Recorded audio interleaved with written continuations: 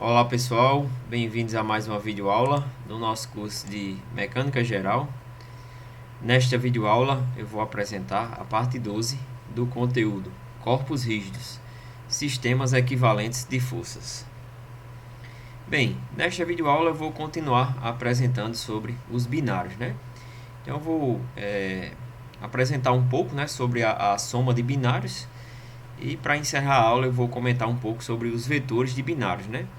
Então, na videoaula anterior, eu apresentei, né, o conceito de binário, comentei um pouco sobre os vetores, né, de binários, e aqui a gente vai ver mais um pouco, né, sobre esses vetores e como é feita, né, a adição dos binários, tá certo? Então, vai ser eu vou continuar apresentando sobre os binários, né, mais especificamente a gente vai ver dois pontos adicionais, né, sobre os binários que eu apresentei na videoaula anterior, beleza?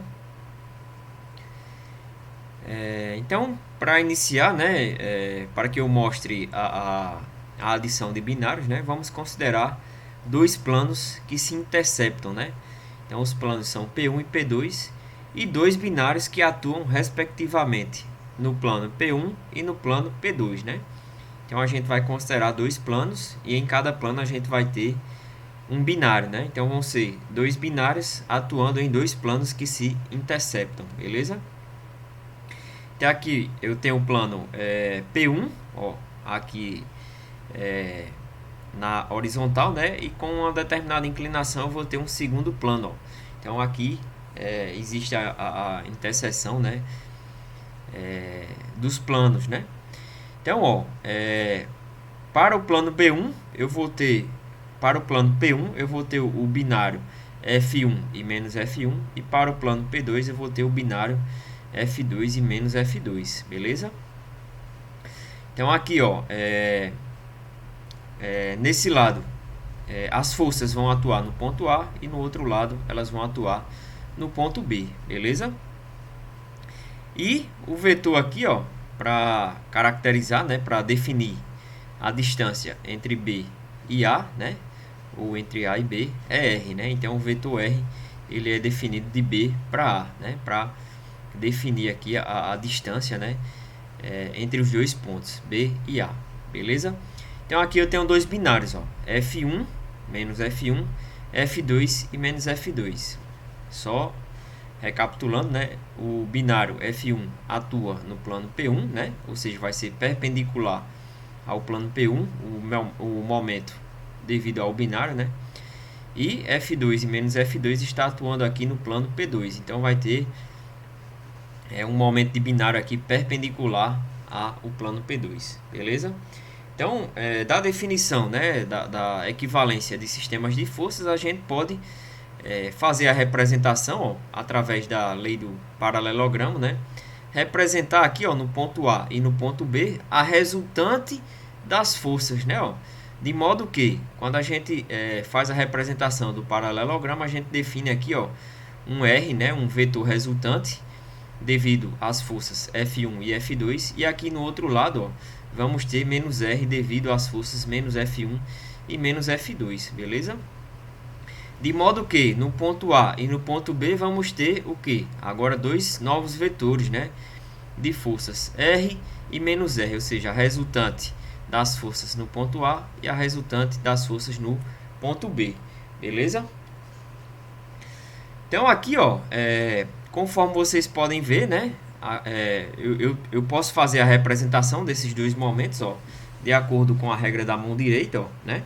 Então, de acordo com a regra da mão direita, curvando os dedos no sentido do giro do binário, para F1 eu vou ter o que? A rotação no sentido anti-horário, então o momento devido ao binário de F1 está para cima, né? Então aqui eu tenho M1, né? E aqui, ó, está no sentido horário, né? Como está no sentido horário, ó, a tendência de giro do binário F2 e menos F2, então entrando aqui no plano, né? Ó, de modo que ele vai ter entrando aqui no plano, ele vai ter uma representação parecida com essa do vetor R, né? Entrando no plano, então vai ser aqui, ó, inclinado aqui, entrando no plano P2, né? Então aqui está a representação dos binários, ó, M1 e M2, né? De modo que quando eu aplicar aqui a lei do paralelogramo, eu consigo determinar o momento resultante, né? Devido às ações de M1 e M2, né? Que esse momento M, ó, ele também pode ser determinado a partir do binário das forças resultantes R e menos R, tá certo? Então, a partir da soma dos binários, ó, M1 e M2, eu consigo determinar o binário resultante, M, né? Ou, a partir da equivalência das forças nos pontos, ó, através da determinação das forças resultantes, eu também consigo determinar esse vetor resultante, né? Do momento resultante, tá certo? Então, vamos ver como é feita a análise, né, da soma desses binários, ó, M1 e M2, a partir, né, da definição do momento de uma força, né? Ou seja, do momento de um binário, beleza? Então, o momento M do binário resultante, né? Ele pode ser definido da seguinte maneira, né? Então, vamos ter o seguinte, que esse momento M, né? O momento M ele pode ser determinado a partir, né, do binário das forças resultantes. Então, temos R, né? Do vetor posição aqui, vetor da força resultante, R, né? Ou R, vetor, quem é R, né? R, ó, pela lei do paralelogramo, né? A força resultante, R, vai ser igual a F1 mais F2, né? Então, de modo que eu posso substituir essa força resultante por F1 mais F2, né? Tá certo? Então, pela propriedade distributiva, né, do produto vetorial, podemos representar, ó, esse M, né? O binário resultante aqui, devido à ação dos dois binários, M1 e M2, né? Da seguinte maneira, a gente pode fazer o seguinte, ó, pela propriedade distributiva, vamos ficar com R, vetor F1, né, mais R, vetor F2, beleza? E R, vetor F1 vai ser o que? M1, né, ó? M1. E R, vetor F2 vai ser o binário M2, né, devido à ação de F menos F. De modo que o momento binário resultante, né, vai ser M1 mais M2. Beleza, pessoal? Ou simplesmente, ó, a gente pode considerar como um momento resultante, né, da ação de todos os binários pode ser representado pelo somatório dos momentos de binários, né, ó, pela soma de todos os vetores de binários, que é igual ao somatório, né, o somatório, ó, de R, né, pela vetor posição da distância entre os pontos, né, vetor F, né, ou seja, os binários atuando entre o vetor R, beleza? Então aqui está a representação, ó, da soma vetorial, né, dos binários, beleza?